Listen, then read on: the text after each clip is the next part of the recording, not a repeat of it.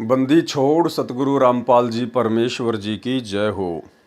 परमपिता परमात्मा सारी सृष्टि के रचनहार कुल मालिक असंख्य ब्रह्मांडों के स्वामी जगत गुरु तीनों लोकों में प्रवेश करके सबका भरण पोषण करने वाले राजाधिराज आत्माधार नाथों के नाथ देवों के देव महादेव सर्वेश्वर महेश्वर मृत्युंजय अजरो अमर आदि अनादि सनातनी प्रभु जगत पिता जगदीश्वर श्री श्री 1008 की उपाधि के वास्तविक अधिकारी अकाल मूरत शब्द स्वरूपी राम वासुदेव सर्वगतम ब्रह्म परम पूजे प्रथम पूजे परम संत परम पुरुष परम धनी परम दयालु सत्य कबीर हक्का कबीर अल्लाहु अकबर बाखबर अल्लाह ताला जगत के तारणहार जगत के मुक्तिदाता जगत के जगन्नाथ हारे के सहारे हिंदुओं के राम मुसलमानों के अल्लाह सिखों के वाहिगुरु दया के सागर दयानिधि करुणा के सागर करुणानिधि स्वयंभू परिभू संकट मोचन कष्ट हरण मंगल करण दुख भंजन अविगत कबीर निर्विकार निर्विषम परमात्मा अलय अलेख सतगुरु आदि अनादि सतगुरु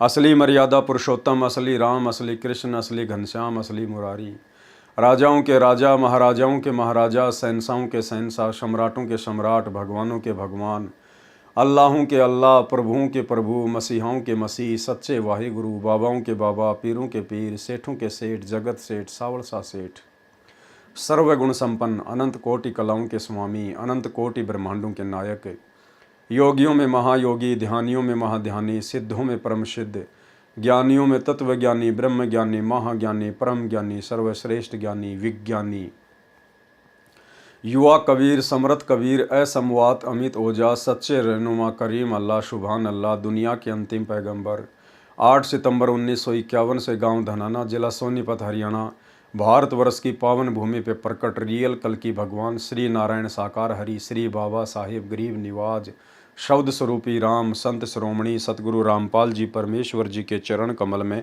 साध संगति से जुड़े हुए देश विदेश से हम सभी सत्सेवक भाई बहनों का अनंत कोटि दंडवत प्रणाम। सत्साई भाई और बहनों, दया पूज्य गुरुदेव भगवान की समर्थ कादर परमात्मा की जिनकी वीआईपी रजा से आप और हम सभी भगत भाई बहन साथ संगति से जुड़कर अपने आत्मा के कल्याण हेतु भक्ति मार्ग पर दृढ़ता के साथ आगे बढ़ रहे हैं। पूज्य गुरुदेव जी की कलयुग की बिचली पीढ़ी में ये विशेष मेहर है। भाई और बहनों, कबीर सागर के सरलार्थ के ऊपर वीडियो बनाने की श्रृंखला जारी है। परमात्मा हर वीडियो में हमें थोड़ा बहुत भक्ति मार्ग के विषय में नई नई जानकारियाँ दिलवाते हैं, हमारे विश्वास को अपने चरण कमल में बढ़ाते हैं। और भाई और बहनों, आगे भी हमें इसी प्रकार की जानकारियाँ कबीर सागर के सरलार्थ में मिलती रहेंगी। तो आज हम शुरू करेंगे कबीर सागर के सरलार्थ का पार्ट नंबर 17, जिसमें परमेश्वर ने धर्मदास जी को सार शब्द देने के विषय में कहा है। धर्मदास जी को सार शब्द देने का प्रमाण कबीर वचन तब आयसू साहब अस भाखे सुरती निर्ति करी आज्ञा राखे लखूं सैन में देऊं लखाई धर्मदास सुनियो चितलाई लिखो पान पुरुष सैदाना आमिन देहूं पान परवाना। भावार्थ, परमेश्वर कबीर जी ने कहा कि हे धर्मदास, अब आपका दृढ़ निश्चय हो गया है, तूने अपने पुत्र को भी त्याग दिया है, अब मैं तेरे को पारस पान यानी सारनाम की दीक्षा देता हूँ, आमिनी देवी को भी सारनाम देता हूँ। जबकि आप देखेंगे आगे चलकर धर्मदास जी का फिर वो दृढ़ निश्चय फैल हो गया, फिर से अपने पुत्र नारायण दास की मोह ममता सताने लगी। जिस नारायण दास को परमात्मा ने आंखों दिखा दिया था कि ये काल का मृत्यु अंधा नाम का दूत है, उसके बावजूद भी धर्मदास की मोह ममता अपने पुत्र में उमड़ पड़ी और अपने वंशजों को वो सारनाम देने की सोचने लगा। तो यहाँ परमात्मा धर्मदास का दृढ़ निश्चय देखकर जो सारनाम देने की बात कह रहे हैं, ये धर्मदास का मन बहलाने के लिए। अन्यथा परमेश्वर अंतर्यामी है, उनको आगे पीछे का सब पता होता है। धर्मदास वचन, धर्मदास जी ने क्या कहा। भावार्थ, वाणियों को पढ़ने से ही पता चलता है कि इनमें कृत्रिम वाणी है। लिखा है कि रति सुरती सो गर्भ सो भयहु चूड़ामणि दास वास्ते लेहू। इस वाणी से यह सिद्ध करना चाहा है कि सुरती से सेक्स करने से चूड़ामणि का जन्म हुआ था। यानी कबीर पंथियों ने कबीर सागर में मिलावट की है कि धर्मदास जी ने 85 साल की उम्र में आमिनी देवी के साथ में सुरती से भोग विलास किया था, सेक्स किया था, जिससे चूड़ामणि की उत्पत्ति हुई। तो परमेश्वर सतगुरु रामपाल जी ने इसको बिल्कुल खारिज कर दिया है कि ऐसा बिल्कुल कुछ भी नहीं था, वो परमात्मा के वचन से उत्पन्न था। धर्मदास तो भोग विलास करने के लिए निमित्त बने थे। इस प्रकार कबीर सागर में अपनी बुद्धि के अनुसार यथार्थ वर्ण कई स्थानों पर नष्ट कर रखा है। इसके लिए जो मैंने रामपाल दास ने लिखा है वही यथार्थ जाने कि परमेश्वर की शक्ति से धर्मदास तथा आमिनी के सहयोग से पुत्र चूड़ामणि का जन्म हुआ था। कई कबीरपंथी जो दामाखेड़ा गद्दी वालों के मुरीद यानी शिष्य हैं, वे कहते हैं कि चूड़ामणि के शरीर की छाया नहीं थी, जिस कारण से कहा जाता है कि उनका जन्म सुरती से हुआ है। यहाँ याद रखें कि श्री ब्रह्मा महेश विष्णु के शरीर की छाया नहीं होती। उनका जन्म भी दुर्गा देवी अर्थात अष्टांगी तथा ज्योति निरंजन के भोग विलास अर्थात सेक्स करने से हुआ। कबीर सागर के अध्याय ज्ञानबोध के पेज नंबर 21-22 पर वाणी है, धर्मराय कीने भोग विलासा माया को रही तब आशा। धर्मराय यानी काल, इसने माया के साथ यानी दुर्गा के साथ में शारीरिक संबंध बनाए, तब दुर्गा जो है प्रेग्नेंट हुई और 3 पुत्र अष्टंगी जाए, ब्रह्मा विष्णु शिव नाम धराए। इसलिए यह कहना कि चूड़ामणि जी के शरीर की छाया नहीं थी, इसलिए यह लिख दिया कि सुरती से रति यानी सेक्स किया गया था, अज्ञानता का प्रमाण है। कबीर सागर के अनुराग सागर के पेज नंबर 126 का सारांश किया जा रहा है। स्पष्टीकरण दिया है कि वाणी में मिलावट करके भ्रम उत्पन्न किया है। मेरी यानी संत रामपाल दास की सेवा इसलिए परमेश्वर जी ने लगाई है कि सब अज्ञान अंधकार समाप्त करूं। कोई सेवा किसी ने नहीं लगाई, स्वयं ही परमात्मा हैं, सत्य पुरुष हैं, लेकिन अपने विधि विधान अनुसार हम तुच्छ बुद्धिजीवियों की तुच्छ सोच को देखते हुए परमेश्वर अपने आप को छुपाते हुए ही, अपने से अन्य किसी और को परमात्मा बताते हुए ही अपना ज्ञान आत्माओं को समझाते हैं। कबीर वाणी अध्याय में कबीर सागर के पेज नंबर 134 पर भी परमेश्वर कबीर जी ने स्पष्ट किया है कि 13वें अंश मिटे सकल अंधियारा। सकल अंधियारा तो खुद परमात्मा ही मिटा सकते हैं इस काल के लोक में आके, अन्य किसी के वश की बात नहीं है। अब आध्यात्मिक ज्ञान को पूर्ण रूप से स्पष्ट करके प्रमाणित करके आपके रूबरू कर रहा हूं। यानी भाई और बहनों, 1800 पेज के कबीर सागर में और ये जो दुनिया भर की मिलावट की हुई है, इस मिलावट को आज तक कोई समझ नहीं पाया, कोई दूर नहीं कर पाया, तो क्या किसी आम या सामान्य व्यक्ति या साधु संत बाबा के बस की बात है क्या? तो परमेश्वर अंतर्यामी वो एक सेकंड में देख लेते हैं कहाँ क्या हो रहा है, कहाँ क्या नहीं है, कहाँ मिलावट है, कहाँ सही है। और बाकी तो परमात्मा लोक दिखावे में पेज वगैरह आगे पीछे करने की, उनको अंडरलाइन करने की केवल लीला करते हैं, अन्यथा परमेश्वर को देखने की आवश्यकता नहीं है कि कहाँ कहाँ मिलावट है। वे तो एक सेकंड भी नहीं लगे, परमात्मा बिल्कुल मिलावट भी देख ले और उसको क्लियर भी कर दे और नया ग्रंथ भी बना दे। जिस प्रकार गुरुदेव ने बताया पिछले वीडियो में कबीर सागर के सरलार्थ में कि एक दिल्ली का राजा था, उसने कहा कि मैं कबीर जुलाहे को परमात्मा मान लूँगा यदि वो 13 कागज गाड़ियों को 60 घंटे में पूरा लिख दें तो। यानी 13 बैलगाड़ियों को कोरे कागजों से भरवा दिया और कहा यदि वो काशी वाला जुलाहा जिसको दुनिया परमात्मा कहती है, अगर इन 13 कागज गाड़ियों को अगर वो 60 घंटे में यानी 2.5 दिन में लिख दे तो मैं उसको परमात्मा मान लूंगा। परमात्मा ने एक डंडी मारी थी, बस 1 सेकंड में 13 गाड़ियां लिखी गई। उसके बाद भी राजा ने लोकलाज में आके उनको परमात्मा नहीं माना। तो भाई और बहनों, सतगुरु जो चावे सो कर ही 14 कोटि दूत यम डर ही, ऊत भूत जम त्रास निवारे और चित्रगुप्त के कागज फाड़े। जो सतगुरु रामपाल जी भगवान चित्रगुप्त के कागजों को 1 सेकंड में फाड़ दे, उस परमेश्वर के लिए 1800 पेज के कबीर सागर को देखकर, मिलावट को देखकर और फिर शुद्धिकरण करने में कितना टाइम लगेगा? सेकंड का भी 100वां हिस्सा, करोड़वां हिस्सा, फ्रैक्शन ऑफ सेकंड। लेकिन ये परमात्मा तो लीला करते हैं, उसको देखने की, फिर उसमें कमियां निकालने की, अंडरलाइन करने की, फिर पुस्तक लिखने की। अनुराग सागर के पेज नंबर 127 से 128 का सारांश। इन दोनों पृष्ठों पर वृत्तांत ये है कि परमेश्वर कबीर जी ने चूड़ामणि जी को दीक्षा दी तथा गुरुपद दिया। कहा कि हे धर्मदास, तेरे 42 वंश का आशीर्वाद दे दिया है और तेरे वंश मेरे वचन वंश चूड़ामणि को कड़ीहार तारणहार का आशीर्वाद दे दिया है। तेरे वंश से दीक्षा लेकर जो मर्यादा में रहकर भक्ति करेगा उसका कल्याण हो जाएगा। परंतु सार शब्द इस दीक्षा से भिन्न है। मैंने 14 कोटि ज्ञान कह दिया, परंतु सार शब्द इससे अलग है। अन्य नाम तो तारे जानो, सार शब्द को सूर्य जानो। वो सूर्य तो वर्तमान में ही प्रकट होना था। इस सूर्य ने तो इस 13वें वंश में ही सकल उजियारा करना था।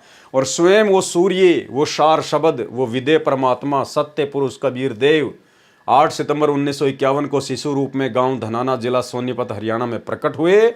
और उसके बाद सन 1994 से परमेश्वर ने सकल उजियारा कर दिया ज्ञान आधार से, और कुछ ही दिनों में पूरा विश्व प्रकाशित हो जाएगा। अनुराग सागर के पेज नंबर 129 का सारांश। धर्मदास वचन।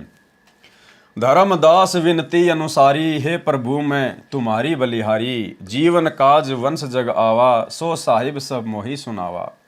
वचन वंश चीने जो ज्ञानी, ताके नहीं रोके दुर्ज्ञानी। पुरुष रूप हम वंश ही जाना, दूजा भाव न हृदय आना। नौतम अंश प्रगट जग आए, सो मैं देखा ठोक बजाए। तब हूँ मोही संशय एक आवे, करहूँ कृपया जाते मिट जावे। हम कहें समर्थ दीन पठाई, आए जग तब काल फसाई। कि परमात्मा मुझे एक शंका है, आपने मुझे चूड़ामणि की आत्मा भी दिखा दी, सारे काम कर दिए, लेकिन मालिक मुझे एक शंका हो गई है। आप कह रहे हैं कि मैं भी मिनी सतलोक से आया था, मेरा नाम भी सुकृत है, मैं भी आपका अंश हूं, और जो चूड़ामणि आएगा वो भी मिनी सतलोक से आएगा, उसका नाम भी नौतम दास है, वो भी आपका अंश है।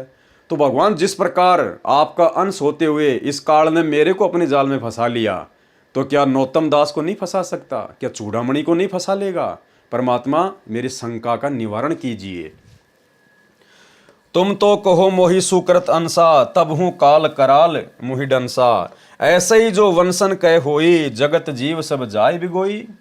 अगर उस आने वाले चूड़ामणि को भी काल ने भ्रमित कर दिया तो पूरे संसार का नाश हो जाएगा। ताते करहूँ कृपया दुख भंजन, वंशन छले नहीं काल निरंजन।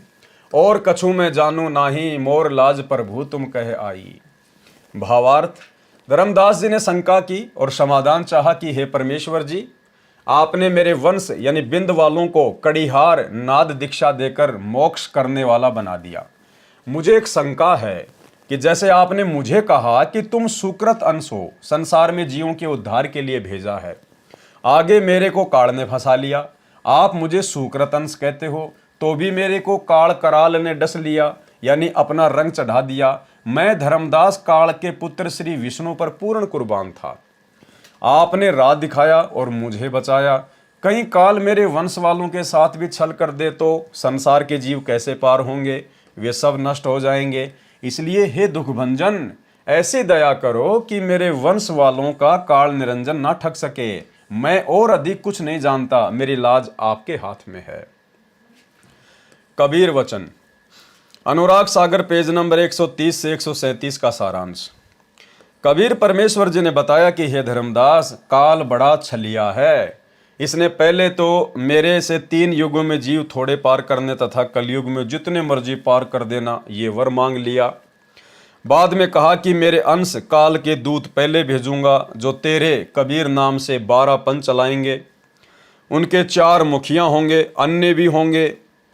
उसने अपने 4 मुख्य दूतों से कहा कि जगत में मेरा शत्रु कबीर जाएगा। यानी जब जोगजीत रूप में कबीर परमात्मा से काल का एग्रीमेंट हो गया, उसने सारे वरदान मांग लिए, उसके बाद काल ने अपने 4 विशेष दूतों को बुलाया, जय विजय रंभ कुरंभ। उनमें जय सबसे ज़्यादा बदमाश है, खतरनाक बताया गुरुदेव ने। और काल ने कहा कि जगत में यानी नीचे एक मेरा शत्रु है कबीर, वो नीचे जाएगा, कबीर नाम से अपना पंथ चलाएगा और अपनी जो है बुराई करेगा, सच्चाई बताएगा, पोल खोलेगा, और तुम जाकर जीवों को भ्रमित करो। उस कबीर को शत्रु घोषित करवा दो जीवों से कि ये कुछ नहीं जानता अध्यात्म के बारे में, शास्त्रों के बारे में, और जो ब्रह्म है, ज्योति निरंजन है, वो ही परमात्मा है। ओम नाम ही सबसे बड़ा है। उसने अपने 4 मुख्य दूतों से कहा कि जगत में मेरा शत्रु कबीर जाएगा, वह कबीर नाम से पंथ चलाएगा, भव सागर उजाड़ना चाहता है। कोई अन्य लोक सुखदाई तथा अन्य सत्यपुरुष बताएगा, वो झूठ बोलता है, तुम जाओ मेरी भक्ति दृढ़ाओ। इस प्रकार उसने काल निरंजन ने अपने दूत भेजे हैं। और भाई और बहनों, उस काल निरंजन के, अब ये तो मुझे नहीं पता कि जय विजय रंभ कुरंभ है या नहीं है। और भाई और बहनों, उसी काल के दूत वर्तमान में सतगुरु रामपाल जी के परिवार वाले बने हुए हैं। सीधे तौर पर भक्तों को संत रामपाल जी की बुराई करने को नहीं कहते, संत रामपाल जी से राग द्वेष ईर्ष्या करने को नहीं कहते, लेकिन काल प्रेरणा से गुप्त रूप में संत रामपाल जी के सत्संग और भक्ति विधान के विरुद्ध सारे कुकर्म करवाकर संगत को काल के मुख में ठोक रहे हैं। राजनीति करवाना संत रामपाल जी के भक्ति मार्ग में नहीं है, लेकिन काल के दूतों ने करवा दी, उनके परिवार वालों ने करवा दी। गांव वालों के लिए स्टेडियम बनाना, खेल का स्टेडियम बनाना, बैडमिंटन का, संत रामपाल जी के भक्ति मार्ग में नहीं है, लेकिन काल के दूतों ने बनवा दिया। संगत के दान का पैसा बर्बाद करवा दिया। गुंडों की सीबीआई जांच का समर्थन संत रामपाल जी के भक्ति मार्ग में नहीं है, लेकिन काल के दूतों ने करवा दिया। जगत वालों को, नशेड़ियों को, शराबियों को, मांसाहारियों को, राजपूत करणी सेना को, जिनके पास भक्ति का कै ख भी नहीं है, भक्ति मार्ग से कोसों दूर हैं, भक्तों के दान का आनंदपाल सिंह की सीबीआई जांच करवाने के लिए 5 लाख रुपया चंदे के रूप में दे दिया। संत रामपाल जी के भक्तों की मर्यादा तोड़वा दी, इन काल के दूतों ने तोड़वा दी।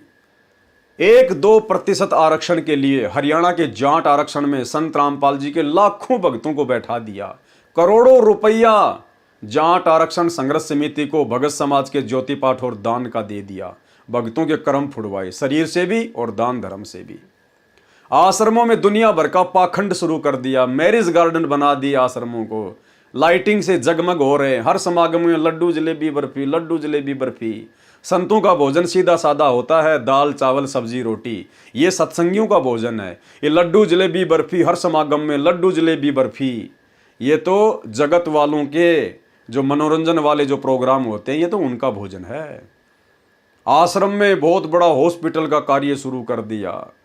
तो भाई और बहनों, काल प्रेरणा से गुप्त रूप में संत रामपाल जी का परिवार काल का एजेंट बन के उनके भक्तों को निरंतर उसकी गोद में बैठा रहा है। और यही कारण है भाई और बहनों, इन फर्जी सतलोक आश्रमों में, इन झूठे समागमों में आते जाते समय बहुत सारे भगत भाई बहन रास्ते में एक्सीडेंट के शिकार हो जाते हैं, उनकी अकाल मृत्यु हो जाती है। क्यों? क्योंकि मनमाना आचरण हो रहा है, मनमाना। बताया है कि कबीर जम्बूद्वीप भारत में अपना पंथ चलाएगा। काल निरंजन ने अपने दूत भेजे हैं। बताया है कि कबीर जम्बूद्वीप भारत में अपना पंथ चलाएगा। तुम कबीर नाम से 12 नकली पंथ चलाना। काल ने अपने दूतों को समझाकर पृथ्वी पर जाने के लिए 4 मुख्य दूत हैं, रंभ, कुरंभ, जय, विजय। ये सब जालिम हैं, इनमें जय नामक दूत अधिक दुष्ट है। वह तेरे वंश को भ्रमित करेगा। बांधवगढ़ के पास गांव कुरकुट में चमार जाति में जन्म लेगा। साहबदास नाम कहावेगा। इसका पुत्र गणपति नाम का होगा। ये दोनों तेरी गद्दी वालों यानी वंश छाप वालों को भ्रमित करेंगे। वे झंग शब्द का उच्चारण करेंगे, यही दीक्षा मंत्र होगा। काल ने एक झांझरी द्वीप की रचना कर रखी है, उसमें काल का बाजा बजता है, वही काललोक वाली भंवर गुफा में सुनता है। आरती चौका करेंगे और अपने पंथ को वास्तविक कबीर पंथ बताकर तेरे वंश को विचलित करेंगे। धर्मदास की पीढ़ी वालों को काल ने छला। किस प्रकार से फिर धर्मदास की पीढ़ी वालों को काल बलि ने भ्रमित किया। अनुराग सागर पेज नंबर 138 से 142 तक का सारांश। अनुराग सागर के पेज नंबर 138 से 142 के सरलार्थ की विस्तृत जानकारी तथा दीक्षा देने की विधि कबीर सागर के अनुसार कृपया पढ़ें। इसी पुस्तक कबीर सागर का सरलार्थ में ज्ञान सागर के सारांश में क्रमशः पेज नंबर 77 से 80 तक, पृष्ठ 92 में से 108 तक। संक्षिप्त वर्णन यहाँ करना भी अनिवार्य है, जो इस प्रकार है। पृष्ठ 138 पर भविष्य कथन अलग व्यवहार। परमेश्वर कबीर जी ने कहा कि हे धर्मदास, जो कुछ आगे तेरे वंश में होगा और कैसे तेरे 42 वंश तथा जगत के अन्य जीवों को पार करूंगा। जो कुछ आगे होए है भाई, सो चरित्र तो ये कहूँ बुझाई। जो आगे होगा वह चरित्र पूछो धर्मदास। जब तक तुम शरीर में रहोगे तब तक काल निकट नहीं आएगा। तेरे शरीर त्यागने के पश्चात काल तेरे वंश के निकट आएगा और तेरे वंश का यथार्थ नाम दीक्षा खंडित करेगा। तेरे वंश वालों में यह अभिमान होगा कि हम धर्मदास के कुल के हैं, क्योंकि भाई और बहनों, बिंद वालों में हमेशा अभिमान होता ही होता है। और वही अभिमान वर्तमान में संत रामपाल जी के परिवार में, उनके भाई में, उनके बेटा बेटियों में स्पष्ट दिखाई देता है। अन्यथा हमारे गुरुदेव भगवान ने तो कभी अपने जीवन में किसी सरपंच के साथ में भी खड़े होकर फोटो नहीं खिंचवाई, जबकि गुरुदेव के दोनों लड़के गुरुदेव के जेल जाने के बाद राजनेताओं के उपग्रह बने फिर रहे हैं, उनके तलवे चाट रहे हैं कि हो सकता है हमें भी राजनीति में आने का मौका मिल जाए, कोई विधायक वगैरह की कोई टिकट मिल जाए। और गुरुदेव के दोनों सुपुत्र राम और लखन, मनोज और वीरेंद्र, दोनों एक बीजेपी नेता के, एक लेफ्ट में खड़ा है, एक राइट में खड़ा है, और अपना सौभाग्य समझ रहे हैं कि हमें बीजेपी नेता के कंधे के पास में खड़ा होने का सौभाग्य प्राप्त हो गया। भाई और बहनों, इसी को कहते हैं मान बढ़ाई और अहंकार। मूर्खता की हद पार कर दी इन लोगों ने। और तेरे वंश का यथार्थ नाम दीक्षा खंडित करेगा। तेरे वंश वालों में यह अभिमान होगा कि हम धर्मदास के कुल के हैं, हम सब के तारणहार हैं। आपस में तो झगड़ा करेंगे ही। वे जो मेरा भेजा नाद यानी वचन का पुत्र यानी शिष्य यानी गुरुदेव अपने लिए संकेत कर रहे हैं, परंपरा वाले से जो मेरा सुपथ यथार्थ कबीरपन चलाएगा उसकी निंदा करके पाप के भागी होंगे। यानी धर्मदास, जब मैं पिछली पीढ़ी में जाऊंगा, अपना 13वां यथार्थ कबीरपन चलाऊंगा, तो वो मेरे साथ में भी झगड़ा करेंगे, मेरी भी निंदा चुगली करेंगे और पाप के भागी बनेंगे। पार तो हो ही नहीं सकते। परमेश्वर ने स्पष्ट कर दिया, धर्मदास के वंश वाले, धर्मदास की गुरु गद्दी वाले, ये जितने भी कबीरपंथी हैं, विशेषकर दामाखेड़ा वाले, ये संत रामपाल जी से दीक्षा नहीं लेंगे, मानवश अहंकारवश, इसलिए पार नहीं हो पाएंगे। इसलिए भाई, धर्मदास जी की गुरु गद्दी वालों से जितनी भी जनता चिपकी पड़ी है, भाई आप लोगों का सौभाग्य है अगर उन काल के दूतों से अपना पीछा छुड़वा के परम संत सतगुरु रामपाल जी के शरण में आ सको तो धर्मदास की गुरु गद्दी वाले पार नहीं होंगे। परमात्मा अंतर्यामी है, उन्होंने आगे की बता दी। क्योंकि जो बिंद वाले होते हैं वो अभिमानी होते हैं, उनमें मान बढ़ाई का जहर भरा होता है। बताओ, उनके आज वर्तमान में कई करोड़ों की संख्या में शिष्य हैं, और वे हम तो धर्मदास की गद्दी से हैं, हमारे को मोक्ष का अधिकार है। वो कैसे संत रामपाल जी से दीक्षा ले लेंगे जिनके मुट्ठी भर भी भगत नहीं है। तो भाई और बहनों, परमात्मा ने स्पष्ट कर दिया कि वो पार नहीं हो पाएंगे। इसलिए अपने वंश को समझा देना कि जब काल का दाव लग जाए, वंश परंपरा कुपथ पर चले, तो मैं अपना नाद शिष्य परंपरा वाला अपना अंश भेजूंगा, उसको प्रेम से मिलें, उससे दीक्षा ले लें।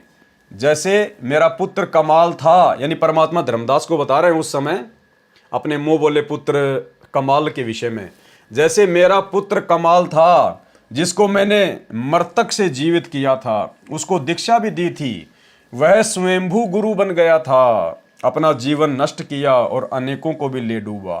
ठीक इसी प्रकार वर्तमान में संत रामपाल जी के दोनों बेटे, उनका भाई, लाखों की संगत से राजनीतियां करवा के उनको डुबो रहे हैं, उनका सत्यानाश करा रहे हैं, भक्तों के दान धर्म का आडंबर और पाखंड में खर्च करके उनका सत्यानाश कर रहे हैं।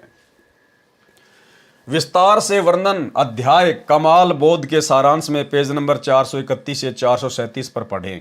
पेज नंबर 139 पर, कमाल को अभिमान हो गया था, मैंने उसको त्याग दिया था, मेरे को अहंकारी प्राणी पसंद नहीं है, हम तो भक्ति के साथी हैं, हाथी घोड़ों को नहीं चाहता, जो प्रेम भक्ति करता है उसको हृदय में रखता हूं। इसलिए नाद पुत्र को, शिष्य परंपरा वाले को दीक्षा देने का अधिकार यानी गुरुपद सौंपूंगा। भाई और बहनों, ये परमात्मा वर्तमान में संकेत कर रहे हैं। ये सतगुरु रामपाल जी भगवान ने वर्तमान में संकेत कर दिया कि मेरे परिवार वालों के पास आगे चल के कोई सेवा नहीं होगी। मेरे जो वचन के बेटा बेटी होंगे, जो योग्य होंगे, जो मेरे आज्ञाकारी होंगे, मैं उन्हीं को सारी सेवाएं आने वाले समय में सौंपूंगा। ये परमेश्वर वर्तमान के लिए संकेत कर रहे हैं। कमाल को अभिमान हो गया था, मैंने उसको त्याग दिया था। मेरे को अहंकारी प्राणी पसंद नहीं है, हम तो भक्ति के साथी हैं। हाथी घोड़ों को नहीं चाहता, जो प्रेम भक्ति करता है उसको हृदय में रखता हूं। इसलिए नाद पुत्र को यानी शिष्य परंपरा वाले को दीक्षा देने का अधिकार यानी गुरुपद सौंपूंगा। गुरुपद का मतलब परमेश्वर उसको तमाम प्रकार की व्यवस्थाएं सौंपेंगे। बाकी गुरु तो सतगुरु रामपाल जी के बाद में कोई रहेगा ही नहीं, शरीर रूप में तो कोई गुरु होगा ही नहीं। नाम दीक्षा उनके इलेक्ट्रॉनिक शरीर से दी जाएगी, डीवीडी वगैरह से दी जाएगी। लेकिन आगे की जो सेवाएं होंगी, जो मैनेजमेंट का कार्य होगा, वो परमात्मा अपने वचन के शिष्यों के हाथों में ही सौंप कर जाएंगे, सब कुछ सेट करके। इसलिए नाद पुत्र को शिष्य परंपरा वाले को दीक्षा देने का अधिकार यानी गुरुपद सौंपूंगा। मेरा पथ नाद से ही उजागर होगा, मेरा पंथ नाद से ही उजागर होगा, बिंद वालों से नहीं होगा, यानी प्रसिद्ध होगा। तेरे वंश वाले बहुत अहंकार करेंगे। धर्मदास जी ने चिंता जताई कि आप नाद वाले को गुरुपद दोगे, परंतु मेरे वंश वाले कैसे मोक्ष प्राप्त करेंगे। परमेश्वर कबीर जी ने कहा कि तेरे वंश वाले हों चाहे अन्य जीव, जो मेरे द्वारा भेजे अंश यानी नाद अंश से दीक्षा लेकर मर्यादा में रहेंगे। यानी सतगुरु रामपाल जी परमेश्वर जी स्वयं के लिए कह रहे हैं कि धर्मदास तेरी गुरुगद्दी वाले, तेरे वंश वाले अगर मेरे से उपदेश लेंगे, यानी जो 13वां कबीर पंथ चलाएगा, यदि उससे उपदेश लेंगे और मर्यादा में रहेंगे तो कैसे पार नहीं होंगे। जो हमारे वचन को मानेगा वही वंश वाला मुझे प्यारा लगेगा, जो मेरे वचन को मानेगा वही मुझे प्यारा लगेगा।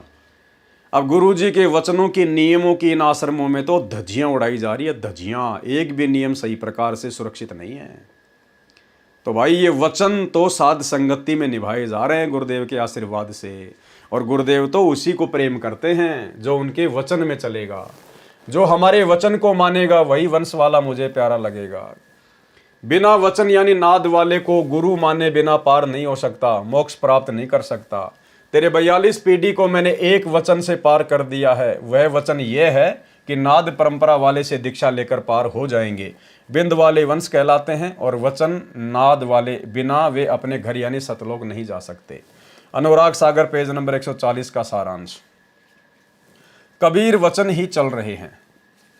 परमेश्वर कबीर जी बता रहे हैं कि मेरा नाद का पुत्र चूड़ामणि है, ये मेरा शिष्य है, और आपका वंश यानी बिंद का पुत्र है, यह है मेरी आज्ञा से पंथ चलाएगा, जीवों का कल्याण करेगा। परंतु हे धर्मदास, तेरा वंश यानी कुल के लोग अज्ञानी हैं, वे ठीक से ज्ञान नहीं समझेंगे। मेरे अंश को जो मैं भेजूंगा यानी स्वयं जो कबीर परमात्मा आ चुके हैं, जो मैं भेजूंगा उसको नहीं समझ सकेंगे और अन्य काल के दूतों से भ्रमित होकर कुमार्ग पर चलेंगे। जो कुछ आगे तेरी वंश गद्दी वालों के साथ होगा वह सुन। चूड़ामणि के पश्चात छठी पीढ़ी वाले महंत को काल द्वारा चलाए गए 12 पंथों में से 5वां टकसारी पंथ होगा, वो ठगेगा, अपना ज्ञान सुनाकर प्रभावित करके काल जाल में डालेगा। तेरा छठी पीढ़ी वाला पोता उस टकसारी पंथ वाले से दीक्षा लेगा और उसी वाला आरती चौका किया करेगा। वही हुआ वर्तमान में जो दीक्षा बांधवगढ़ गद्दी वाले महंत दे रहे हैं तथा जो आरती चौका कर रहे हैं, वह वही काल के दूत टकसारी वाली साधना है। हे धर्मदास, इस प्रकार तेरा वंश अज्ञानी होकर काल के धोखे में पड़कर नरक में जाएगा। तेरा वंश मेरी वह दीक्षा जो मैंने चूड़ामणि को दी है उसको छोड़ देगा, टकसारी वाली दीक्षा लेकर अपना जीवन नाश करेगा। ऐसे तेरा वंश यानी कुल दुर्मति को प्राप्त होगा। वे तेरे वंश वाले ठग मेरे नाद अंश को बाधित करेंगे, यानी सतगुरु रामपाल जी परमेश्वर जी की भक्ति में भी बाधा करेंगे, पाप के भागी होंगे। अब धर्मदास जी ने क्या कहा, हे परमात्मा, पहले तो आप कह रहे थे कि तेरे 42 पीढ़ी को पार कर दूंगा, अब आप कह रहे हो कि कालजाल में फंसेंगे। ये दोनों बात कैसे सत्य होंगी? तो कबीर परमेश्वर ने कैसे समझाया? परमेश्वर कबीर जी ने कहा कि हे धर्मदास, तुम सावधान हो और अपने वंश को समझा देना कि जिस समय काल झपट्टा लगाएगा यानी मार्ग से तेरे वंश को भ्रमित करेगा, तो मैं अपना नाद यानी शिष्य परंपरा वाला हंस प्रकट करूंगा। यथार्थ कबीर पंथ यानी भक्ति मार्ग से भटके मानव को सत्य भक्ति पर दृढ़ करूंगा। उसी से दीक्षा लेकर तेरे वंश वाले मोक्ष प्राप्त करेंगे। वचन वंश चूड़ामणि की संतान भी नाद यानी शिष्य शाखा वाले से दीक्षा लेकर मोक्ष प्राप्त करेगा। विशेष विवेचन। अब भाई और बहनों, इस विशेष विवेचन में जो बातें लिखी गई है ये दास की थोड़ी समझ से बाहर की बातें हैं। जहां तक दास को अंदेशा है, ये सतलोक आश्रम मैनेजमेंट हरियाणा वालों की तरफ से मिलावट है। ये गुरुदेव के परिवार वालों की तरफ से मिलावट है। जब इन्होंने सन 2016 में इस कबीर सागर को छपवाया, क्योंकि गुरुदेव ने तो 2012 में अपने हाथ से कॉपी पेन से लिख के छोड़ दिया था। 2014 में बरवाला कांड हो गया। फिर 2016 में संगत में सतलोक आश्रम मैनेजमेंट हरियाणा वालों ने इस कबीर सागर को प्रिंट करके जो है वो बंटवाया। तो कहीं ना कहीं ये 2016 में गुरुदेव के परिवार वालों की तरफ से ये मिलावट है। अन्यथा इसमें क्या लिखा हुआ है आप जी देखना। जिस घटना का यहां पर जिक्र किया गया है, अगर ये गुरुदेव ने जिक्र किया है तो 2012 में तो संगत में ऐसी कोई बात थी नहीं। नाद और बिंद का कोई चक्कर ही नहीं था। संगत में 2 पार्ट थे ही नहीं। तो आप भी समझ जाएंगे कि बरवाला कांड से पहले भला इस प्रकार की बातें गुरुदेव क्यों लिखेंगे, क्योंकि ये सारी बातें तो वर्तमान में संगत में हो रही है। कुछ व्यक्ति इस प्रकरण को सुनकर भ्रम फैलाते हैं कि रामपाल के बिंद वालों से इस पंथ का नाश होगा। हम रामपाल के नाद वाले शिष्य हैं, हमारे से ये पंथ आगे फैलेगा। हमें दान का पैसा दो, रामपाल वालों को ना दो। ऐसी बातें तो बरवाला कांड से पहले कभी संगत में हुई ही नहीं। बरवाला कांड से पहले 2 पार्ट संगत में थे ही नहीं कि भाई हम नाद वाले हैं, गुरुदेव के परिवार वाले बिंद वाले हैं। कोई जानता ही नहीं था इन बातों को, नाद बिंद का कोई चक्कर ही नहीं था। तो जहां तक दास को संदेशा है, गुरुदेव के जेल जाने के बाद जब पीछे से सतलोक आश्रम वालों ने इसको प्रिंट करवा के संगत में बंटवाया, उस समय ये प्रकरण यहाँ पर लिखा गया है। क्योंकि गुरुदेव के जेल जाने के बाद फिर संगत में 2 पार्ट हो गए और ज्ञान आधार से हम सत्सेवक भाई बहनों को इस प्रकार से समझाने लगे थे। लेकिन यहाँ पर जो बात लिखी गई है वो बिल्कुल सरासर गलत है। यदि हम सत्सेवकों के लिए लिखी गई है तो, कि हमें दान का पैसा दो, रामपाल वालों को ना दो। हमने कभी भी नहीं कहा कि हमें दान का पैसा दो। हम तो यही कहते हैं कि हम दान का पैसा लेने के अधिकारी नहीं हैं। हम ज्योति पाठ और दान का पैसा लेने के अधिकारी नहीं हैं, और ना ही गुरुदेव के परिवार वाले दान का पैसा लेने के अधिकारी हैं। तो यहाँ पर जिस प्रकार से बातें लिखी गई है भाई और बहनों, ऐसी घटना बरवाला कांड से पहले तो संगत में घटित हुई नहीं, और ना इस प्रकार से कभी हमने कोई जिक्र सुना। अन्यथा जो पुराने भगत हैं वो तो कम से कम इस बात का जिक्र करते।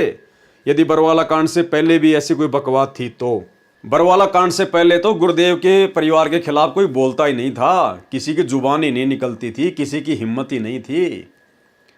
तो ये 2016 में जब संगत में बंटवाया गया प्रिंट करवा के, उस समय हम सत्सेवकों के खिलाफ गुरुदेव के परिवार वालों ने इस प्रकार की बातें लिखी हैं जो बिल्कुल गलत है, झूठ है। हमें दान दो, हमने कभी भी संगत से दान का पैसा नहीं मांगा। कुछ व्यक्ति इस प्रकरण को सुनकर भ्रम फैलाते हैं कि रामपाल के बिंद वालों से इस पंथ का नाश होगा। हम रामपाल के नाद वाले शिष्य हैं, हमारे से ये पंथ आगे फैलेगा। हमें दान का पैसा दो, रामपाल वालों को ना दो। क्योंकि गुरुदेव ने कभी अपने सत्संगों में जिक्र किया ही नहीं इस बात का। इतने पुराने भक्तों से हमारे संपर्क हैं, वर्तमान में भी है, पहले भी थे, किसी भगत ने इस बात का जिक्र किया ही नहीं। तो ये सरासर मिलावट है। यहाँ पर जिस प्रकार धर्मदास के परिवार वालों ने कबीर सागर में मिलावट कर दी, यहाँ गुरुदेव के परिवार वालों ने कबीर सागर के सरलार्थ में मिलावट कर दी। ऐसे व्यक्ति काल के दूत हैं, वे अपने स्वार्थवश ऐसा भ्रम फैलाते हैं। मैं स्पष्ट करना चाहूँगा कि धर्मदास के बिंद वाले गुरु पद प्राप्त करके भक्ति विधि में परिवर्तन करके सत्य साधना त्याग कर काल साधना करते कराते हैं। भक्ति विधि तथा ज्ञान गलत होने से यथार्थ पंथ का नुकसान अर्थात हाश होता है। मेरे पश्चात कलयुग में कोई गुरु पद पर रहेगा ही नहीं। ये 13वां अंतिम पंथ है। ये दास रामपाल दास अंतिम सतगुरु है। मेरे प्रकाश पुंज यानी इलेक्ट्रॉनिक शरीर से यानी DVD वाले स्वरूप से नाद दीक्षा दी जा रही है। अब ये बात परमात्मा क्यों लिखेंगे कि दीक्षा दी जा रही है, जबकि आपने पहले पेज नंबर 79 पर जब पढ़ा इसी कबीर सागर के सरलार्थ में, तो गुरुदेव ने एक ही पेज पर 3 बार कहा है कि डीवीडी से दीक्षा आगे दी जाएगी, आगे दी जाएगी। और यहां लिख रखा है कि डीवीडी से नाम दीक्षा दी जा रही है। तो ये दोगली बातें हमारे गुरुदेव भगवान नहीं करेंगे। ये इस प्रकार की दोगली बातें इस कबीर सागर के सरलार्थ को सन 2016 में छपवाते समय हम सत्सेवकों के खिलाफ होकर उनके परिवार ने मिलावट करके लिखी है। यही आगे चलेगी। यह प्रक्रिया सन 2009 से चल रही है, जबकि पहले तो गुरुदेव ने कभी जिक्र नहीं किया कि 2009 से प्रक्रिया चल रही है। लाखों अनुयायी बन चुके हैं, प्रत्येक को लाभ हो रहा है और होता रहेगा। अब तो भक्ति विधि यानी भक्ति के मंत्र बदल सकते हैं न ज्ञान, फिर पंथ नष्ट होने का प्रश्न ही नहीं रहता। नाद और बिंद का झंझट ही समाप्त हो गया। डीवीडी से गुरुजी के नाम को दिलाने की सेवा नाद वालों को मिले चाहे बिंद वालों को, पंथ नष्ट नहीं हो सकता, आगे ही बढ़ेगा। अनुराग सागर पेज नंबर 141 का सारांश।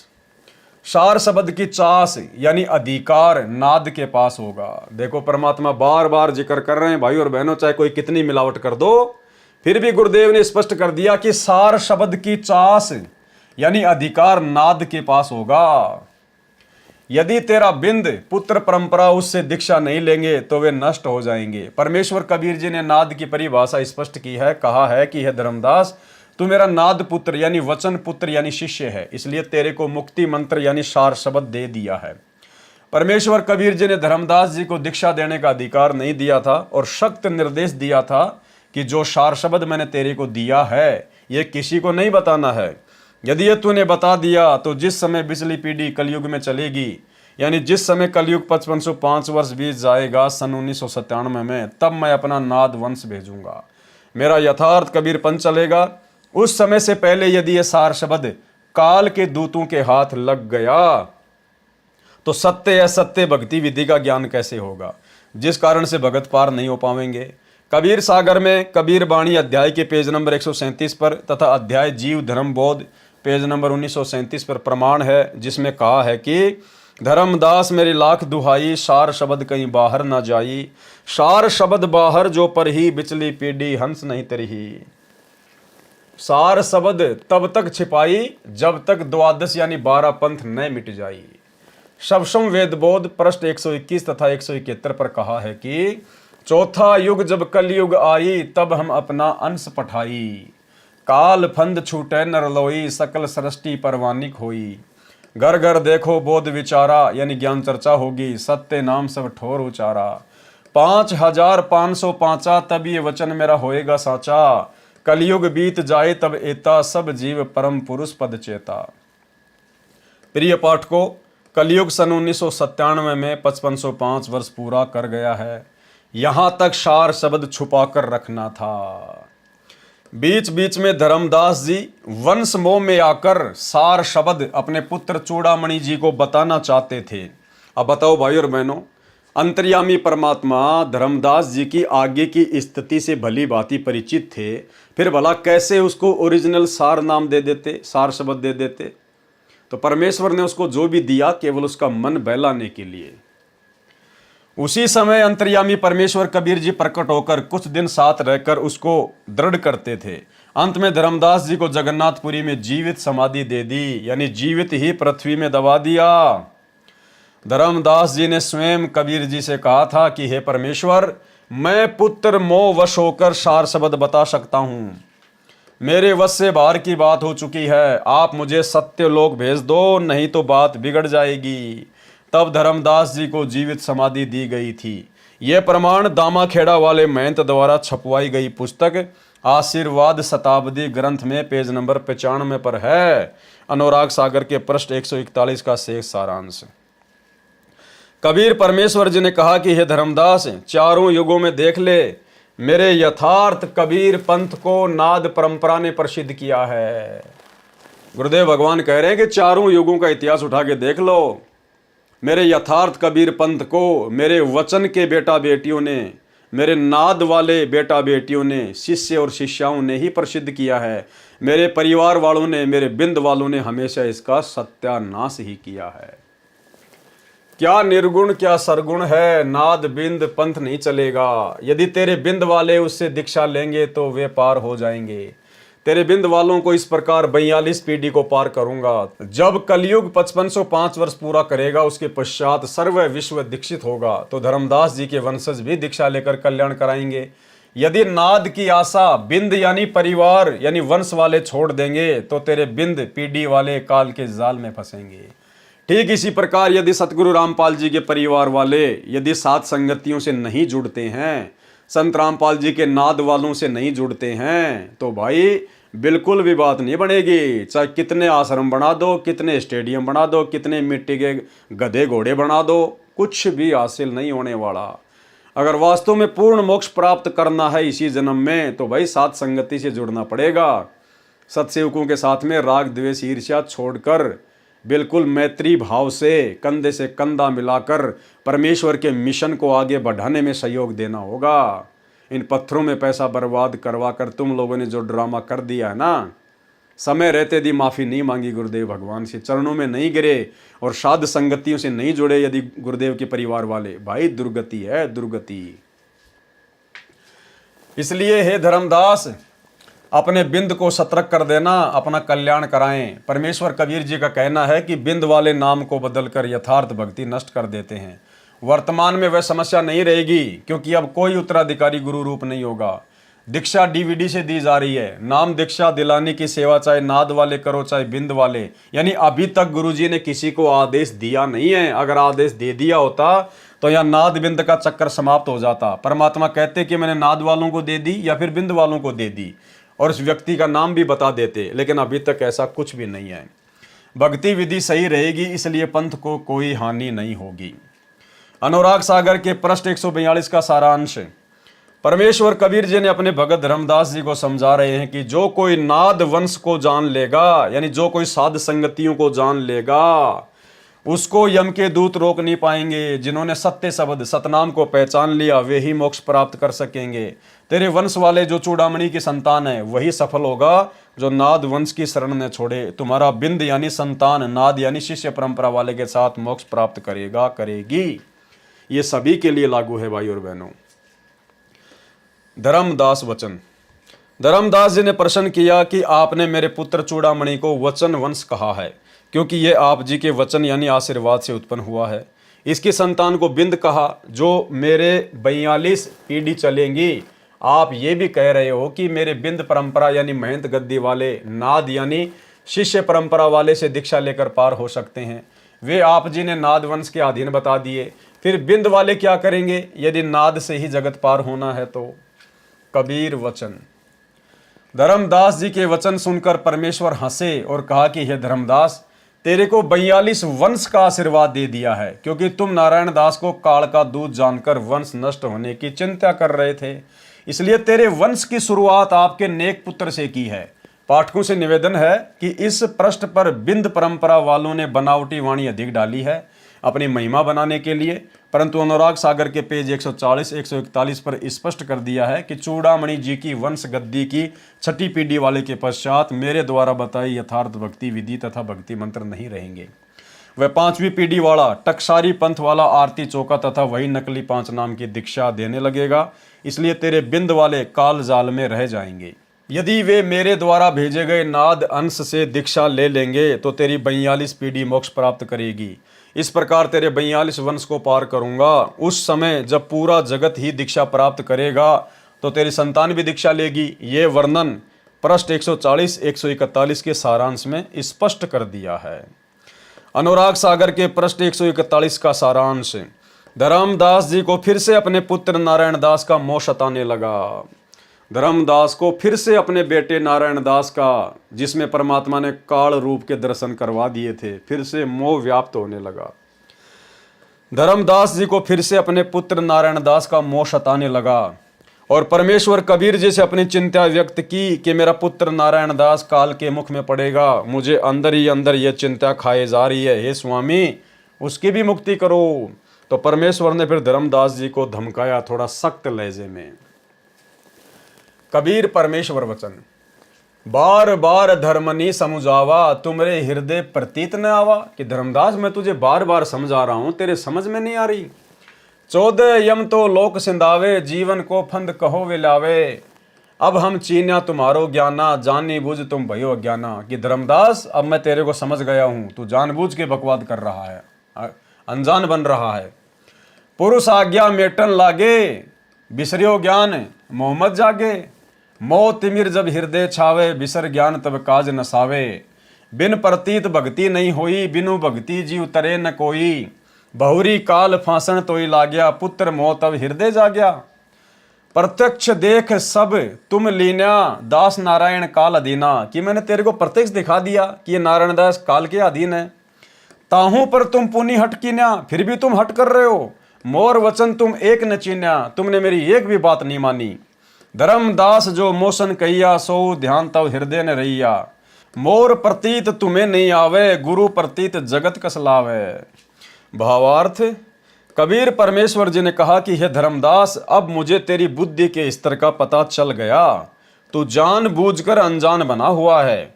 जब तेरे को बता दिया, आंखों दिखा दिया कि नारायण दास काल का दूत है, मेरी आत्माओं को काल जाल में फांसने के लिए काल का भेजा हुआ आया है, तेरे को बार बार समझाया है, वो तेरी बुद्धि में नहीं आ रहा है।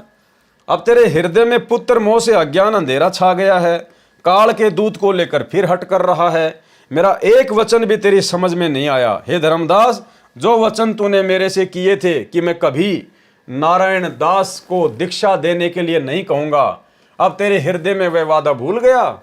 जब तुमको मुझ पर विश्वास नहीं हो रहा, जबकि तेरे को सतलोक तक दिखा दिया, तो फिर मेरे भेजे नाद अंश जो गुरु पद पर होगा, उस पर जगत कैसे विश्वास करेगा। अनुराग सागर पृष्ठ 144 का सारांश। भाई और बहनों, इससे साबित होता है कि अंतर्यामी परमात्मा ने धर्मदास को ओरिजिनल सार नाम नहीं दिया था। परमेश्वर कबीर जी ने धर्मदास जी को बार बार वही बातें दोहराई जो पूर्व के पृष्ठ पर कही है। अनुराग सागर के पृष्ठ 145 का सारांश। धर्मदास वचन। फिर धर्मदास ने बहुत ज्यादा आधीनी दिखाई, और ये एक सुयोग्य शिष्य का लक्षण होता है। गुरु चाहे कितनी चोट मारे, गुरु हमेशा शब्द की चोट मारेगा, गुरु डांट फटकार मारेगा, और वो शिष्य के हित में होगा, भले में होगा। यदि उस डांट फटकार को शिष्य सहन कर गया, आधीनी से नीची गर्दन करके, गुरु के प्रति मन में दोष पैदा ना करके, तो बेड़ा पार है, नहीं तो कुत्ते की योनि में जाएगा। तो आप और हमें भी शिक्षा दे रहे हैं परमात्मा कि गुरु चाहे तुम्हारी परीक्षा लेने के लिए, या वैसे भी एक आम संत की लीला करते हुए किसी और की शिकायत पर तुम्हें चाहे कितनी डांट फटकार क्यों ना मारे, तुम्हें कितना ही बुरा भला क्यों ना कहे, आपने अपने गुरु को अंतर्यामी परमेश्वर मानकर और अपनी परीक्षा जानकर और अपने भले की जानकर हमेशा नीची गर्दन करके, जी गुरु जी दया करो गुरु जी, आगे नहीं होगा परमात्मा, आगे नहीं करूंगा परमात्मा, क्षमा करो दाता। इसी प्रकार के भाव होने चाहिए। जिस प्रकार से गुरुदेव के रहते से 3 आश्रमों में जो बकवाद हो गई थी, भगत आपस में लड़ाई झगड़ा, राग द्वेष, एक दूसरे की झूठी शिकायतें गुरुदेव के पास में भेजना, गुरुदेव से किसी की नो एंट्री करवा देना, फिर उस भगत के द्वारा गुरुदेव में दोष देखकर कि मेरी तो गलती भी नहीं थी, क्या गुरुजी को इतना भी नहीं पता, मेरी नो एंट्री कर दी, उठा के थैला अपने घर भग लिया। तो भाई और बहनों, अब हमने आगे इस प्रकार की ओछी हरकतें करके अपने गुरुदेव को नाराज नहीं करना है। सुनत वचन धर्मदास सकाने, मन ही माही बहुत पछताने। धर्मदास बहुत ज्यादा लज्जित हो गया परमात्मा के मुख से इस प्रकार की बातें सुनकर। धाई गिरे सतगुरु के पाई, और धड़ाम से गुरुदेव के पैरों में जा गिरा। हो अचेत प्रभु होई सहाई, चूक हमारी बख्शु स्वामी, विनती मानो अंतर्यामी। हम अज्ञान शब्द तुम टार्या, विनय कीन हम बारंबारा। अब मैं चरण तुम्हारे गए हूँ, जो संतन की विनती कर हूँ। पिता जानी बालक हट लावे, गुण अवगुण चित ताही न आवे। पतित उदाहरण नाम तुम्हारा, अवगुण मोर न करहूँ विचारा। भावार्थ, परमेश्वर कबीर जी के वचन सुनकर धर्मदास जी बहुत लज्जित हुए और परमेश्वर कबीर जी के चरणों में गिरकर विलाप करने लगे कि हे स्वामी जी, मैं तो अचेत यानी मंद बुद्धि हूँ, मेरी गलती क्षमा करो। हे अंतर्यामी, मेरी विनती स्वीकार करो, मैं अज्ञानी हूँ, मैंने आपके वचन की अवहेलना की है, मैंने ऐसे गलती की है जैसे बालक अपने पिता से हट कर लेता है। पिता बालक की गलती पर ध्यान नहीं देता, उसके अवगुण क्षमा कर देता है। आपका नाम तो पतित उद्धारण है, आप पापियों का उद्धार करने वाले हो, मेरे अवगुणों पर ध्यान ना दो, बालक जानकर क्षमा कर दो। यानी गुरु चाहे कितनी डांट मारे, पहली बात तो हमने ऐसा कोई कर्म करना नहीं जिससे हमें गुरु की डांट खानी पड़े। और फिर भी यदि गुरु हमें डांट मार देता है तो उसको प्रसाद समझकर, जैसे प्रसाद को गर्दन झुकाकर हाथ आगे फैलाकर ले लेते हैं, ऐसे हमने गुरु जी की डांट फटकार को प्यार प्रेम से ले लेना है और परमेश्वर से क्षमा ही मांगना है, सवाल जवाब नहीं। चाहे आप कितने ही बड़े राजा हरिश्चंद्र हो और आपकी झूठी शिकायतें किसी ने लगा रखी है, और गुरु यदि आपको डांट फटकार मार रहा है तो इसे अपनी परीक्षा समझें, परमात्मा का प्रसाद समझें, अपनी गलतियों को स्वीकार करें कि गुरु जी हो सकता है मैं नीच हूँ, पापी हूँ, परमात्मा मेरे से कोई गलती हो गई, मालिक क्षमा करो, आगे से नहीं होगा। ये नहीं कि गुरु जी उसने तो पहले उसकी शिकायत लगाई थी, झूठी लगाई थी, गुरु जी यो मेरी झूठी शिकायत लगा रहा है, गुरु जी मैंने ये काम किया ही नहीं। ये शब्द नहीं निकलने चाहिए गुरु के आगे। गुरु के सन्मुख वचन ना कहिए, सो शिष्य रहनी गहनी शुक्ल। चाहे आपके ऊपर कितना ही बुरा इल्जाम क्यों ना लगा दिया हो और आप बिल्कुल पाक साफ हो, फिर भी हाँ जी गुरु जी नीच हूँ, परमात्मा पापी हूँ, दुष्ट हूँ, भगवान हो गया होगा, ये मालिक क्षमा करो, आगे ध्यान रखूंगा। इसी प्रकार से कबीर परमेश्वर वचन, परमेश्वर कबीर जी ने कहा कि हे धर्मदास, आप सत्य पुरुष के अंश हो, आप नारायण दास का मोह त्याग दो, तुम में और मेरे में कोई भेद नहीं है, क्योंकि आप मेरे नाद पुत्र, शिष्य रूपी पुत्र हो। आप तो जगत में यथार्थपन चलाने के लिए आए हो, जीवों का उद्धार करने के लिए भेजा है। परमेश्वर कबीर जी ने इस प्रकार धर्मदास को उत्साहित किया। धर्मदास वचन, हे प्रभु तुम सुख सागर दाता, मुझ किंकर को करो सनाथा, जब लग हम तुमको नहीं चीन्या, तब लग मति काल हर लेन्या, जब ते तुम आपन कर जाना, तब ते मोई भयो दृढ़ ज्ञाना, अब नहीं दुनिया मोही सुहाई, निश्चय गही चरण तुम धाई, तुम तजी मोई आन की आशा, तो मुई होय नरक मुवासा। भावार्थ, धर्मदास जी ने कहा कि हे परमेश्वर, आप तो सुख सागर दाता हैं, मुझ किंकर मुझ दास को शरण में लेकर सनाथ कर दिया। जब तक मैंने आप जी को नहीं जाना था तब तक तो मेरी बुद्धि काल ने छीन रखी थी, जब से आपने मेरे को शरण दी है, यानी अपना मान लिया है, उसी दिन से मुझे आपके चरणों में दृढ़ निश्चय है। अब मुझे ये संसार अच्छा नहीं लग रहा है। यदि मैं आपको त्याग कर किसी अन्य में श्रद्धा करूं तो मेरा नरक में निवास हो। कबीर वचन। भावार्थ, कबीर परमेश्वर जी ने धर्मदास जी से कहा कि तेरा धन्य भाग है कि तूने मेरे को पहचान लिया। परमात्मा फिर कह रहे हैं कि धर्मदास तेरा सौभाग्य जो तूने मेरे को पहचान लिया। तू कभी तो स्टार्ट हो जाता है, कभी बंद हो जाता है, कभी स्टार्ट हो जाता है, कभी बंद हो जाता है। तो परमात्मा कह रहे कि तेरा धन्य भाग जो तूने मेरे को पहचान लिया। लेकिन पहचानना कहाँ था भाई और बहनों, और मेरी बात मानकर पुत्र मोह त्याग दिया। अगर पुत्र मोह त्याग दिया होता तो परमात्मा जगन्नाथ में ले जाकर जीवित समाधि नहीं देते। लेकिन परमात्मा उत्साह बढ़ाते हैं भगत का। अनुराग सागर के पेज 146 का सारांश। इस पृष्ठ में ऊपर की वाणी बनावटी है। ये धर्मदास जी की संतान चूड़ामणि जी वाली दामाखेड़ा गद्दी वाले महंतों की कलाकारी है। इसमें कोशिश की है ये दर्शाने की कि नारायण दास वाली संतान तो बिंद वाली है और चूड़ामणि वाली संतान नाद वाली है, ताकि हमारी महिमा बनी रहे कि हमारे से दीक्षा लेकर ही जगत के जीवों का कल्याण होगा। याद रखें कि नारायण दास ने तो कबीर जी की दीक्षा ली नहीं थी, वह तो विष्णु उर्फ श्री कृष्ण पुजारी था। उसके पंथ का कबीर पंथ से कोई लेना देना नहीं है। प्रिय पाठ को कबीर जी कहते हैं कि चोर चुरावे तुमड़ी, गाड़े पानी माही, वो गाड़े वह ऊपर आवे, सच्चाई छानी नाही। अनुराग सागर के पेज 140 पर परमेश्वर कबीर जी ने स्पष्ट कर रखा है कि मेरा शिष्य यानी नाद तथा तेरे बिंद से उत्पन्न हुआ चूड़ामणि जो पंथ चलाएगा और जीवों की मुक्ति कराएगा, इस चूड़ामणि को मैंने दीक्षा दी है तथा गुरुपद दिया है। ये मेरा नाद पुत्र है। आगे इसकी बिंदी यानी संसार धारा चलेगी। ये इस गुरु गद्दी पर विराजमान होंगे। वे अज्ञानी होंगे। छठी पीढ़ी वाले महंत को काल के 12 पंथों में 5वां पंथ टकसारी पंथ होगा, वो भ्रमित करेगा। जिस कारण से मेरे द्वारा बताए यथार्थ भक्ति विधि तथा यथार्थ मंत्र त्याग कर टकसारी पंथ वाले मंत्र तथा आरती चौका दीक्षा रूप में देने लगेगा। तुम्हारा वंश यानी चूड़ामणि वाली संतान दुर्मति को प्राप्त होगी। वे बटपारे ठग बहुत जीवों को 84 लाख के चक्कर में डालेंगे। और ये दामाखेड़ा वाले जो हैं ये उसी चूड़ामणि वाली वंश परंपरा से आ रहे हैं। नरक में ले जाएंगे। जो मेरा नाद परंपरा का अंश आएगा उसके साथ झगड़ा करेंगे, यानी सतगुरु रामपाल जी के साथ में झगड़ा करेंगे। प्रत्यक्ष प्रमाण। प्रिय पाठकों, सन 2012 में मेरे कुछ अनुयायियों द्वारा मेरे विचारों की लिखी एक पुस्तक यथार्थ कबीर पंथ परिचय का प्रचार करते करते दामाखेड़ा छत्तीसगढ़ में चले गए। उस दिन दामाखेड़ा महंत गद्दी वालों का सत्संग चल रहा था। उस दिन समापन था।